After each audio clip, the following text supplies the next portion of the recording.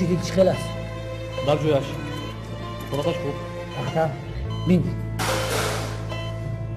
نفس کشید در جویش نفس کشید در جویش Holat رو نگاه کن. Holat رو. خودش خوب نرم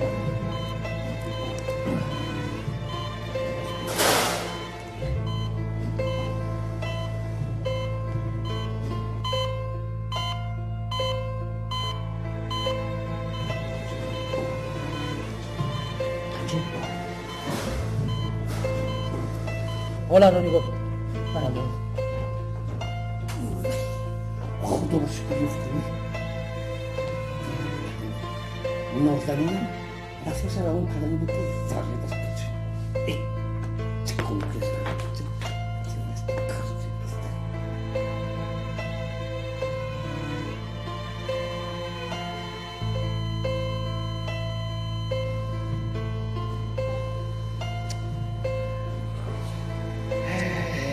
بابام نفس خوب مسیح بریوده تقدیرش این بود بیچاره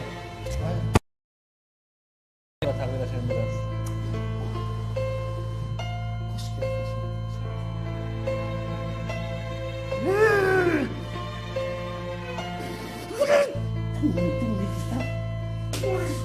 خیلی رسمش رو باید کرده بینو بینو بخشش بخشش بخشش بخشش بخشش بخشش بخشش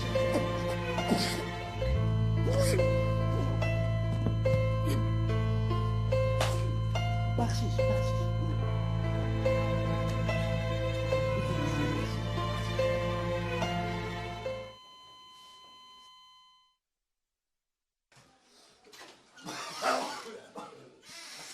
بخشش بیمارتون چی شده؟ بیمار خدا را شکر خوب لیکن گرنگی عقل دکتر نبودی آدم در وقت جراحی دویم بارگه در حیاتت این کتت تکرار نکن فهمیدی؟ بخشش من یک عروس شمندیم که صحبت میکردم و کس رسمشون رو روان کردن وقتی رسم روان کردم با ذریعتش بود من خواستم رسمش رو بینم لیکن وعده میدیم با تنتنه که از همین روز عبارت منم دیگه در حیاتم همین دخترک به زنگ نمیزنم کو رسمش رو روان کردم کنه الان بینید